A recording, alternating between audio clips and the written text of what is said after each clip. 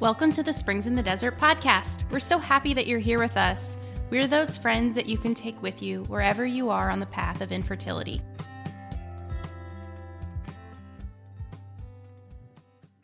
Hello, everyone. Welcome back to the Springs in the Desert podcast. We're so happy to have you here with us today. This is a very special episode. I'm Allie, and I'm really happy to be joined by the lovely Kimberly. How are you doing, Kimberly? Great. So happy to be here. Awesome. And we're so excited because we have a very special guest. Her name is Sterling Jaquith, and you're going to love meeting her. We're going to be talking today about managing your mind and your thoughts around infertility. We actually did a previous episode on this, which we'll link to the show notes, on some of the negative thoughts that can come up. We know this is a really common experience with infertility and really with all of life. But today we're going to be diving into it a little bit more with Sterling, who has some professional experience walking with women in this area. So Kimberly actually has known Sterling for a little while and worked with her. So I'm going to let you introduce her and tell us how y'all met.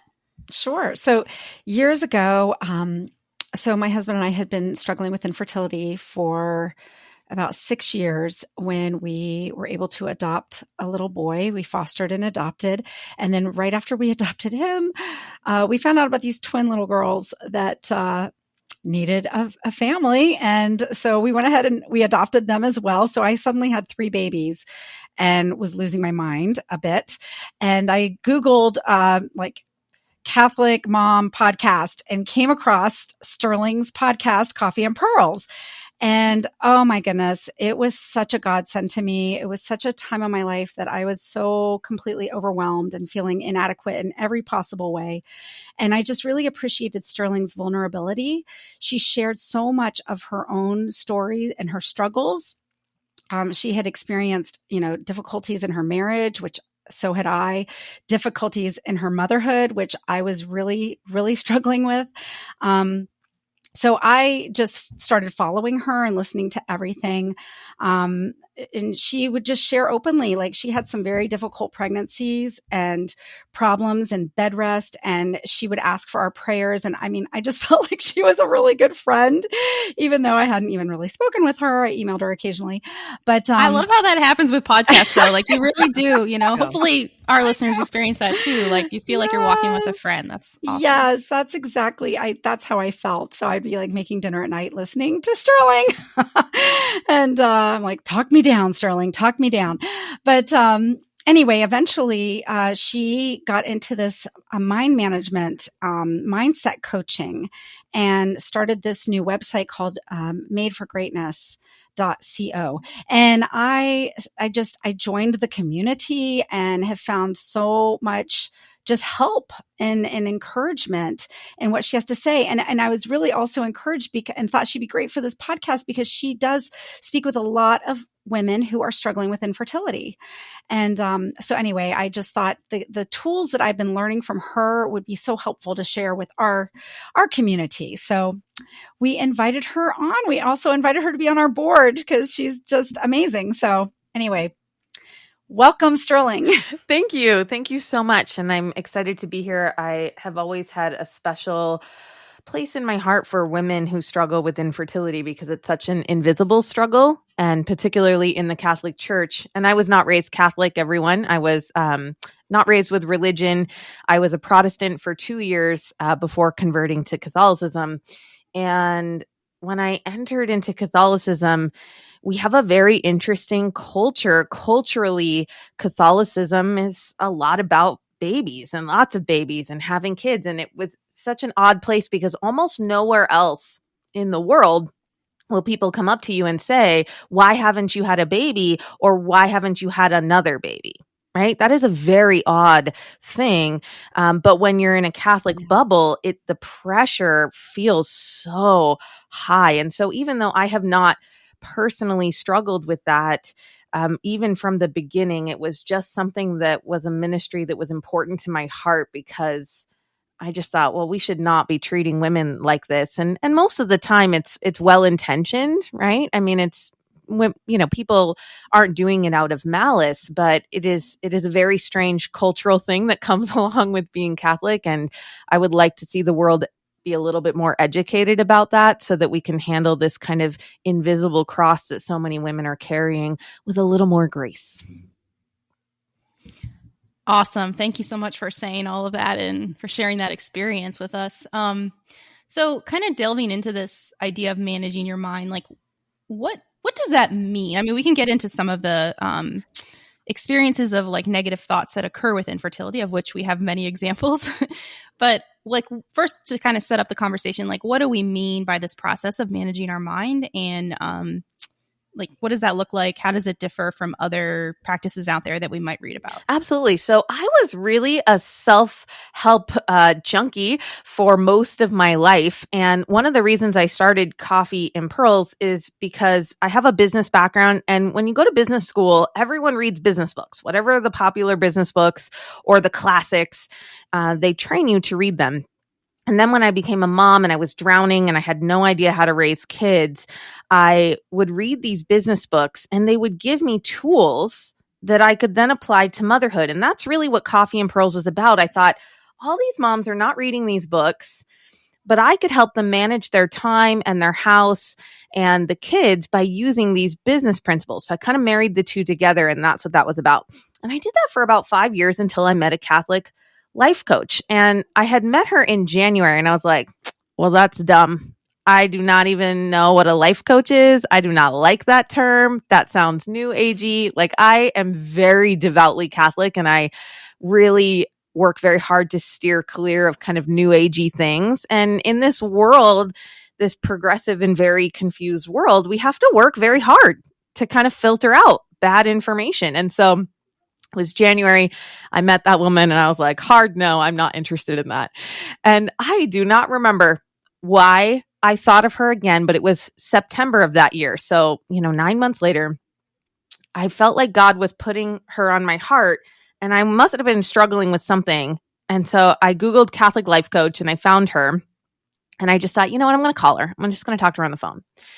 And so she talked to me for maybe half an hour. And at the end, I said, what kind of Jedi mind tricks did you just play on my mind? Because she had pulled something out of me so quickly and with such clarity.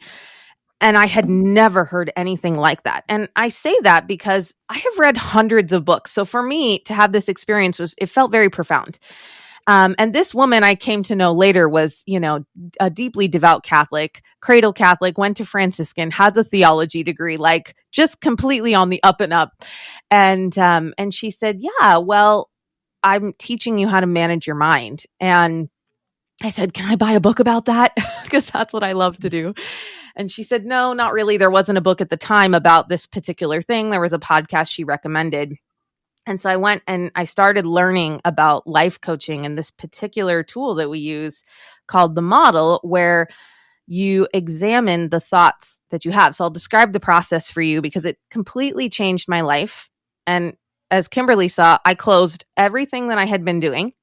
And I said, I'm only going to talk about this. If I could grab every Catholic woman and teach her how to slow down her thinking and to see how her thinking is causing her either pain or peace, right? It goes one way or the other. Then we could finally see ourselves the way that God sees us and hear who he wants us to be. Because most of us have the experience of reading saint books, right? And we're like, oh, that sounds lovely. And it sounds like they just floated on clouds no matter what happened. And they were just able to be calm and peaceful. And you read that and you're like, well, that sounds nice, but I have no idea how to do that. Just none. And this for me was that missing piece. And I knew that I would just spend the rest of my life talking about it. And so it's this idea that you find a thought, and it might be a very simple thought like, this is too hard. A lot of us think that thought a lot. Regardless of what we're going through, we'll have a day and we think this thought, this is too hard.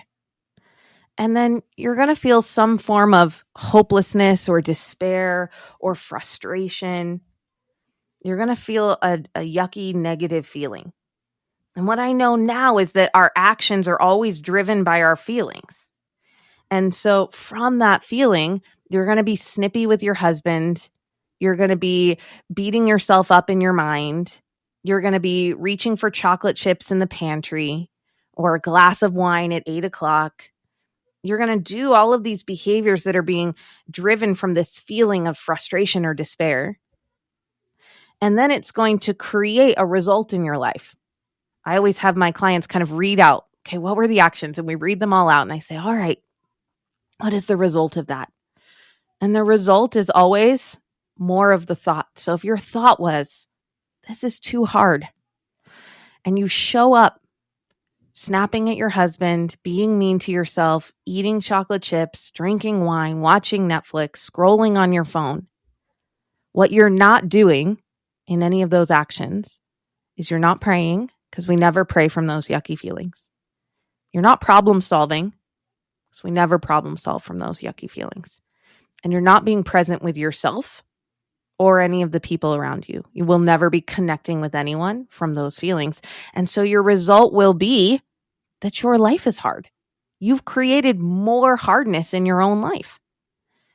And when you discover that, what's interesting is you'd think it would make you feel awful, but as soon as I teach you this for the first time, you feel free because you see it and you realize that whatever you thought was making your life hard, whatever crosses you're experiencing, whatever happened to you that day, we call that the circumstance. The circumstance is never the problem. It's only our thinking about it. And we know this is true because two people can live the exact same day and have very different thoughts about it. And so after I discovered this idea that your thoughts create your results and the way that you think about something drives your feelings and then your actions, I went and I reread so many of those saint books, and it was so clear that this is what they knew.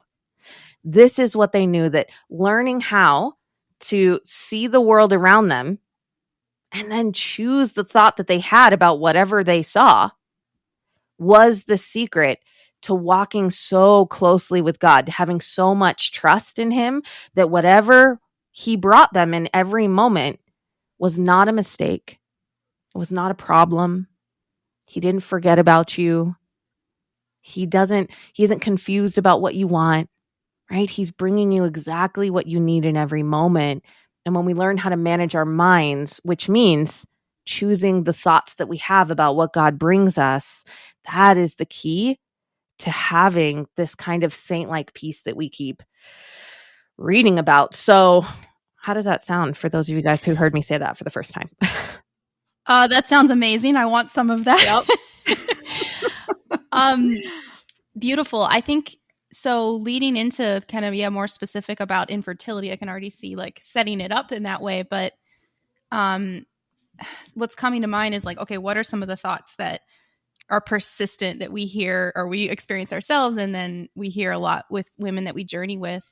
I know for me, it's like this persistent thought of, well, if I can't have biological children, then my purpose in life is like inferior to the ideal Catholic woman, which we'll be talking about, that kind of idealizing, but like a lot of sense of like purposelessness or just a lack of like experiencing the fullness of life, and inferiority around motherhood. I don't know, Kimberly, what are some of the negative thoughts that you've heard or experienced? No, I mean, just feeling like nobody can identify with what I'm going through. I'm in a small town where it seems that, everybody gets married in their early 20s and has a bunch of kids very easily, no struggles. And so, just like nobody knows, nobody understands. I don't know where to go. I don't know who to talk to. I feel like I'm all alone. And then also some around marriage, my marriage is inferior because we don't have, a pew full of children or things like that. These are things that we hear a lot from women. So maybe you could talk a little specifically to those kinds of, I know that's a lot that we just threw at you, but. And you guys didn't cover a couple of the big ones, which are, I'm broken, right? That's the other thing that women think all the time when they struggle with this, either primary infertility or secondary infertility, right? Is this loop in their mind. I'm broken. Something's wrong with me.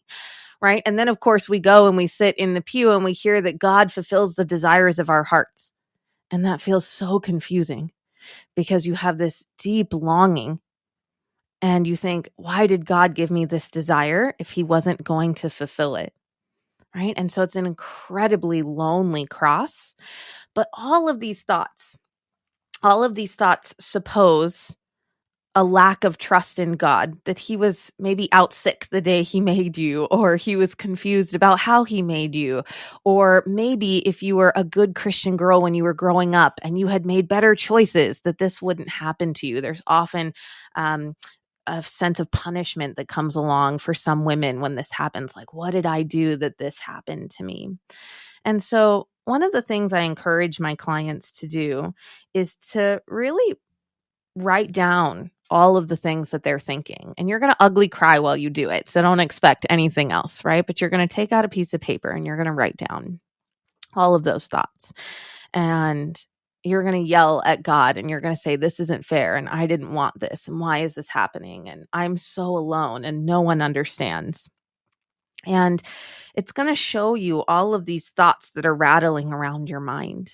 And I think one of the most freeing things that I've learned is that we are the watchers of our thoughts. We are not our thoughts. Your thoughts happen automatically. Your brain is like a computer and it's running a ticker tape of thoughts. And those initial thoughts are not a problem.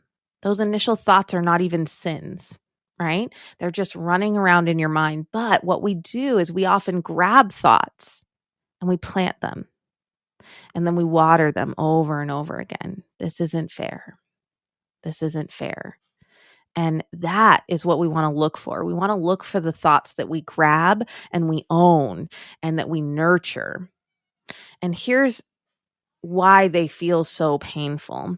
The primary reason why when we have infertility or autoimmune or chronic pain or any of these things that feel unusual is that we are usually in resistance of the fact that this is happening to us. So I like to give the imagery of a beach ball. If you have a beach ball and you're trying to push the beach ball under the water, right? Everybody can imagine that. And you're like pushing and you're pushing and you push even harder.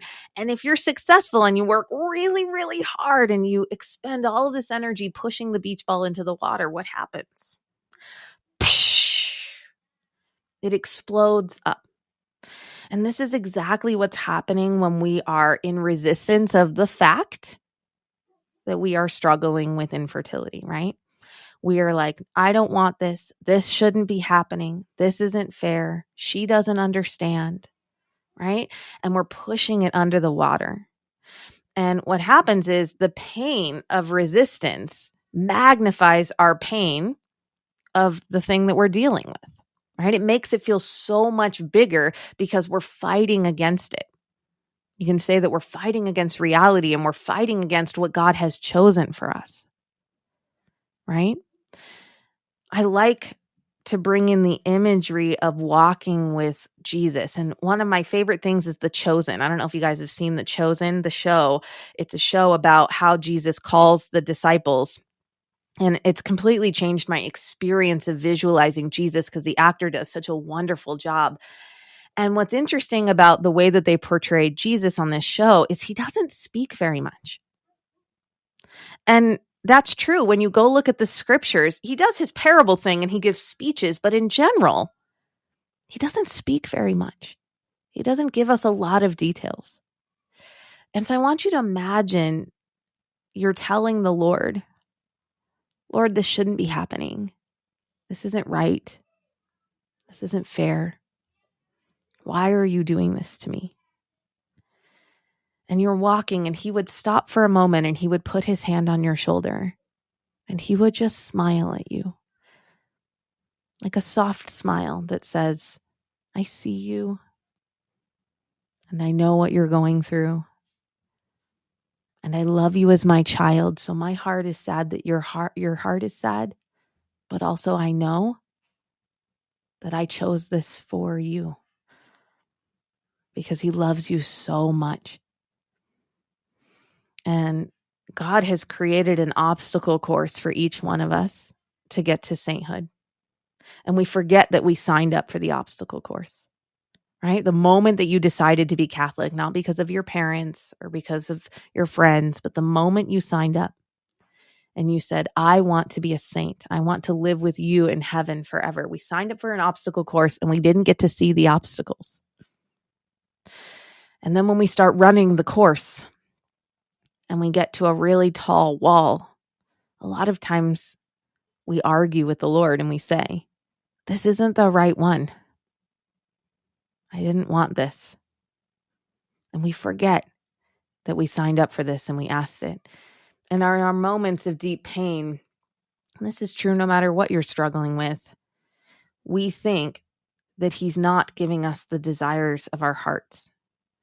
But the truth is, our deepest desire, the thing that we want the most is heaven. We want to be saints. And that is such a complex idea, I think, for human brains to understand, that we can't see it, we can't touch it, we can't buy it, we can't take a picture of it, right? And so we feel disconnected from how deeply we want that thing. Because right now, for most of us, if he said, I'm going to give you what you're asking me for right now, but then I'm not going to give you sainthood, if we could fully understand that choice, we would never make that choice. We would never choose the other thing. And so that is often my response to women who say, I have this deep desire. Why is he not fulfilling it? And I will invite them to consider that they have an even greater desire. And if he offered you, right, this thing that you're praying for, or a gold crown that you would wear in heaven, you would always choose the crown. And that is just a story that I'm telling you right now. It is just an analogy. It is just different imagery that maybe you haven't thought of before. But when we do that, when we get very connected to something that we want, then it gives us the strength on the bad days to not water the thoughts, because you're still going to have those thoughts, right? You're still going to see a woman with her 5 duckling children lining up into the pew, and she looks so Catholic, as if children make us more Catholic, which it doesn't, right? But you're going to look at her and she's going to look a certain way to you and to everyone. She's going to be celebrated and held up for that choice, right? And your brain's going to give you what we call a thought error. And it's going to say, you're not Catholic enough. You don't have a purpose. What is the purpose of a marriage with no children? But if you can stay connected to a story that feels powerful to you, like, Lord, this is painful, but I choose the gold crown.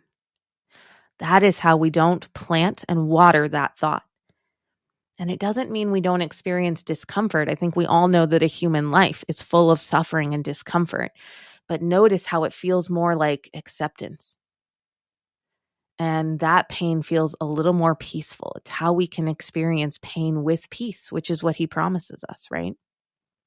And so, I don't know, that's just one way that I can explain how managing your mind is about choosing the thoughts that you want to chew on, that you want to water, and that we always have that choice. That is the control that we always have in our lives.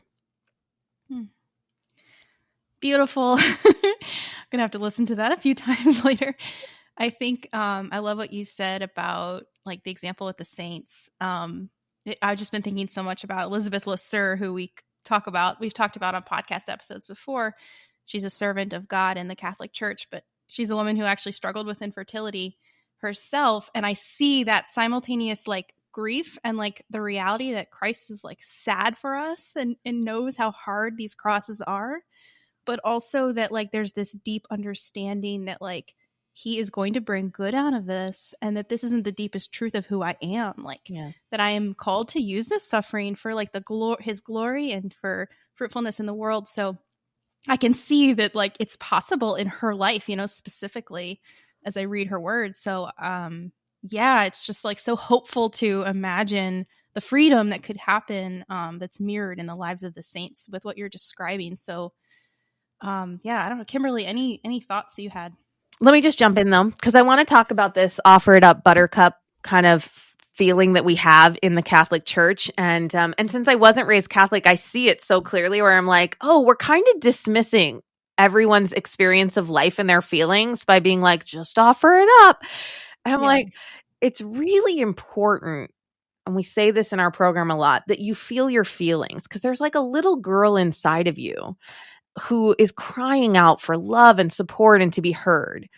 And when we tell her, hey, shut up and get in the corner and don't talk about that, right? We always feel terrible.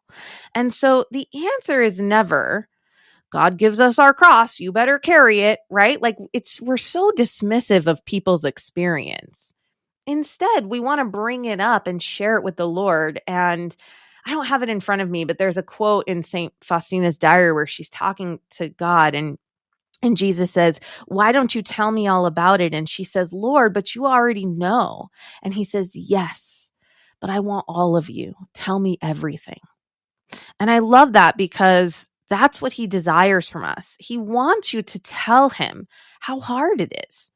He wants you to cry and be upset and have a human experience. He just wants the punchline at the end to be, and I trust you.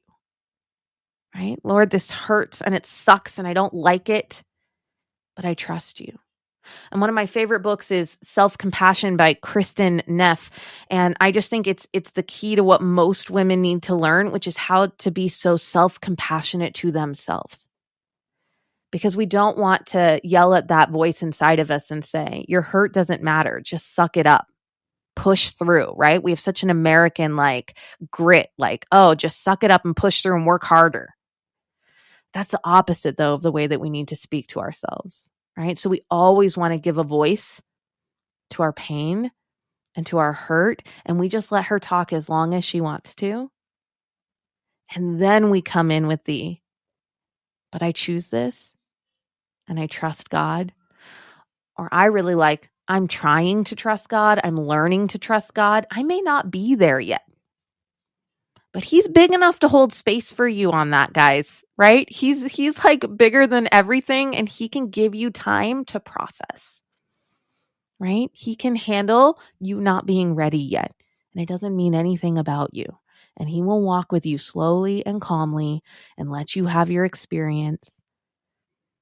He just wants all of you. And so I think that is a gift that I would hope that most people with heavy crosses would give themselves, is the gift of allowing themselves to feel whatever they're feeling and to not judge themselves for that on top of everything else that's going on.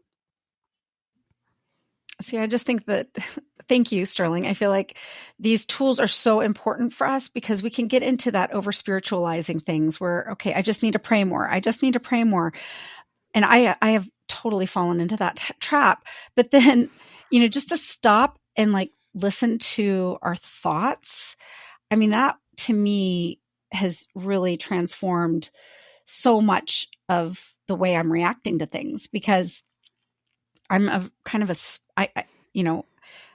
I'm a very quick person. I have very strong feelings, and I'm thinking very quickly, and to slow down and say, okay, what is that thought in my head right now? And is that helping me? Is that serving me to have that thought?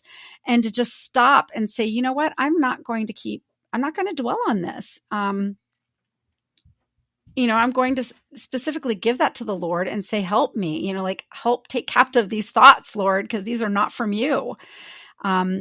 So yeah, that's been very helpful for me. Yeah. And I think when we talk about mindset work, and we worry sometimes, right? We don't want to go to the land of energy crystals and mantras where we're looking in the mirror and we're like, I'm beautiful and I'm worthy, right? We don't want to go over to that place. But the Bible is so full of examples where it talks about taking every thought captive to Christ, and whatever is true and noble and whatever is right and pure and whatever is lovely, think on these things. The Bible shows us so much that we do have a choice about what we think. And that is where your power lies. And I like to say that women, we have this deep need for control, but the devil likes to take something that's good and of the Lord and twist it just a little bit. And so our deep need for control is a heavenly response to control the way we show up in any situation. Right? It's how Mother Teresa, imagine Mother Teresa and she's serving a child and the child turns around and throws up on her shoes. she wouldn't be upset about that. She saw Christ in every person that she met, and she would have smiled and been like, this is what God wants me to do today. This is it, right? She just had that ability instantly to control how she showed up and how she thought, no matter what the thing was that he brought her. And that is the deep control that your hearts long for. We misfire it by wanting to control our husbands and wanting to control what's around us and wanting to control our money.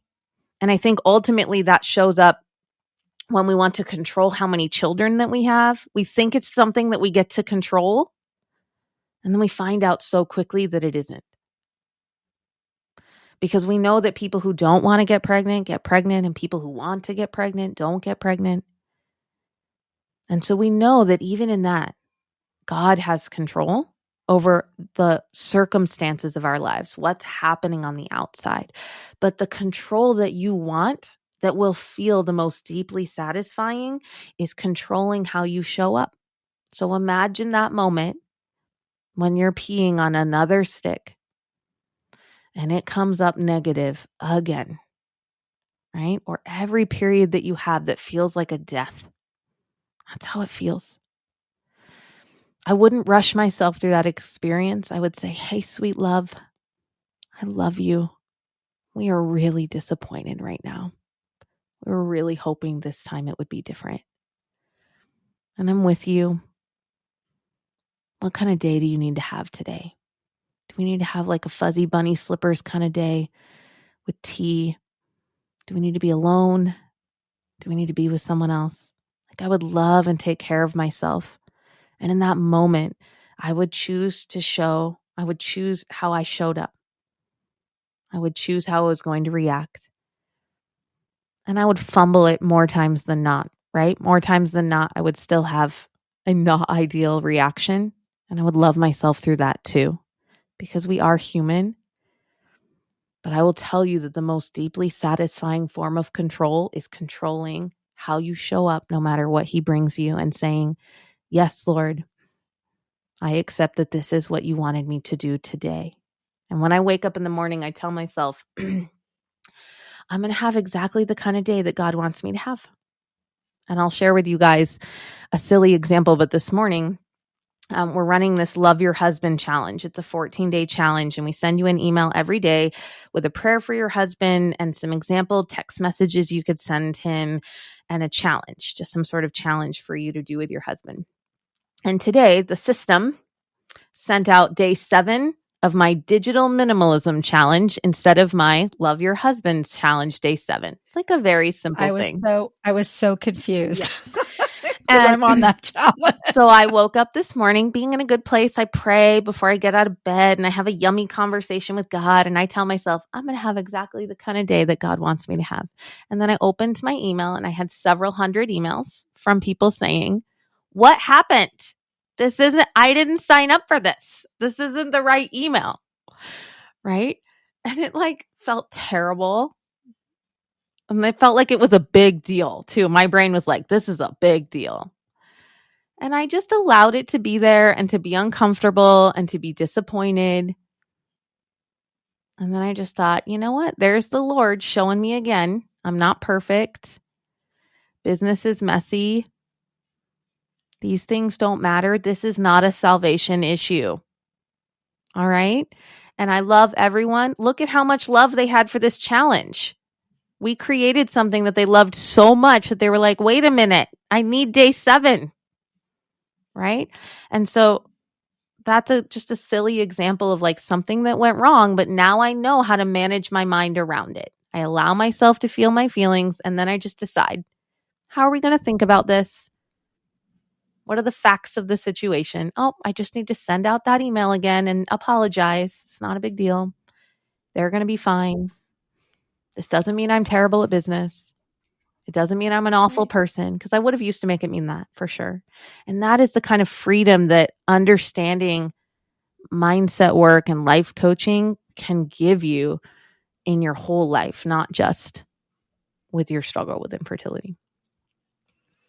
Of course, wait, I have to say, when I got that email today, I was like, oh my gosh, did I not register? I need to register for this digital minimalism. We did get a lot of those emails too. Good marketing.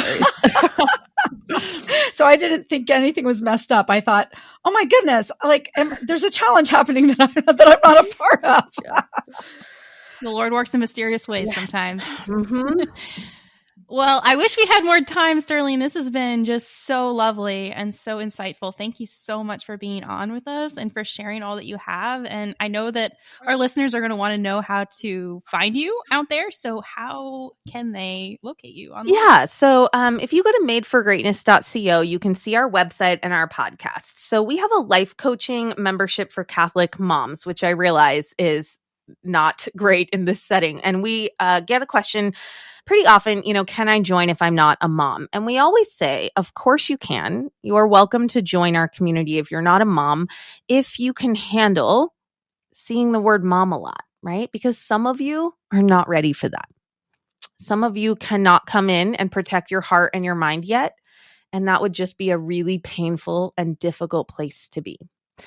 And some of you can. Some of you can go into a community that's 95% moms and still use our tools, because of course we're using tools for the whole person. So we have a course on minimalism and losing weight and loving your husband. And we have all these different tools. They're not all just about mom things. We have a parenting course. But the core of what we teach is in managing your mind. That is the main tool that we teach. It's a tool we have everyone go through in the beginning. And it is just this. It is the model. It is understanding that your thoughts create your results. And so I would like to extend the invitation that anyone is welcome to join that group. You have to be Catholic. We have a hard line on that. But if you are not a mom, we have always made our group open to women who do not have children. But we just kind of leave that decision up to them. We're just really honest about hey, as long as you're okay with the fact that there are a bunch of moms and you can hear the word mom a lot, we want you to come and learn how to manage your mind, because I know that we can help you with your pain. We can help you feel less of it and know how to manage it when it comes up. It is a very, very powerful program. Awesome. Well, thank you so much again for your generosity and being with us today, Sterling. And we'll put the link to that in the show notes, and we'll just look forward to talking with you again soon and stay in touch. Yeah. Thank you, ladies. And thank you for your ministry, because it's so needed that we shine a light on this and we talk about it out loud all the time, because it is such an invisible and lonely cross, and it really doesn't need to be. Thank you for that. Thank you for tuning in, everyone, and we'll see you next time. God bless you.